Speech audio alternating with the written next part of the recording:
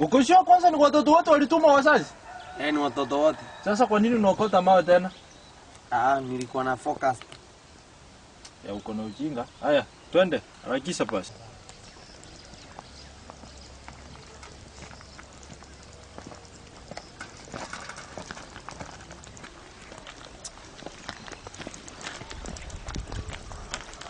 Na unajua kwanza bado hujaniambia mahali penye ulienda ukalala wiki mzima, ukarudi kama umenyoa hii style yako unakaa sijui nini. Umejiangalia kwa kioo kweli?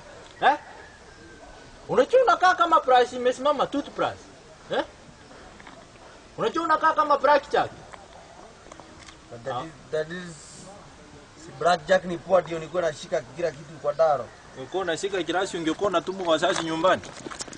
Saa zingine unanishtua sana. Mimi saa zingine nashangaa hata nini mbaya na wewe. Kwa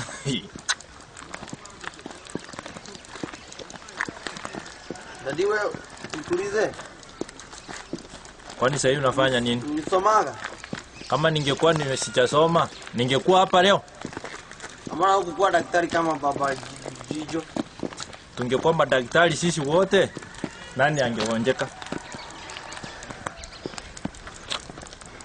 Ulikuwa unakuja namba? Nilikuwa nakuja number 1. Number 1? Yeah. Kama ngoma ya Diamond. Hata huyo tulisoma na yeye. Nikuulize. Ulikuwa unacheza mchezo gani shuleni? Nilikuwa mtu wa mbio. Mbona sasa unaenda pole pole? Ati pole pole? Mimi ndio naenda pole pole ama ni wewe ndio unaenda pole pole? Unanisumbua kila unaniuliza maswali ya kijinga na kupeleka shule hata sijui nini ndio ulifanya. Kuja hapa kwanza. Kuja hapa. Sio kuja hapa, hata hiyo kichwa chako inakaa kama toothbrush hapa. Piga magoti hapo chini. Piga magoti hapo. Kichana unanipatia stress, umepotea kutoka nyumbani wiki moja. Umerudi umenyoma style nyingine hata sielewi. Kwanza pagi yako imeenda wapi? Wapi pagi yako? Mimi sivutagi bangi. Nasema pagi ya mgongo yenye iko na vitabu. Kwani unaendanga shule unasoma na ulimi? Kwanza wewe ulikuwa namba ngapi last time?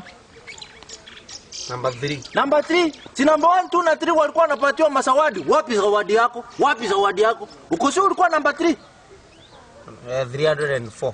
304. Na hata una aibu kuniambia? Wewe ukijiangalia unakaa number 304. Wewe kwanza hata mwalimu alikuhurumia akaamua uanze standard 3 na uzee yako yote na bado umeanza umangaya kutoroka shule, si ndio?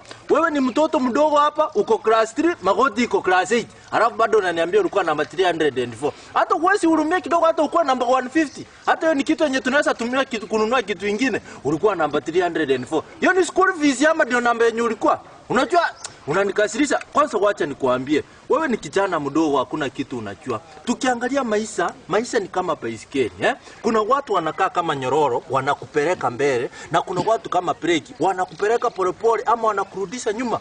Wewe ni kama uko na mabreki peke yake kwa maisha yako. Hata huna kitu yenye na kucontrol kwa maisha yako inakupeleka mahali penye unafaa. Wewe ile kitu yenye unafanya shule ni kupepa ujinga peke yake. Unapepa ujinga. Na hata hakuna kitu ya maana yenye unaniambia. Sasa wewe unakuja hapa unaanza kuniuliza maswali ya ujinga tukiendelea kupeleka shule. Hata una aibu, unanikasirisha sana.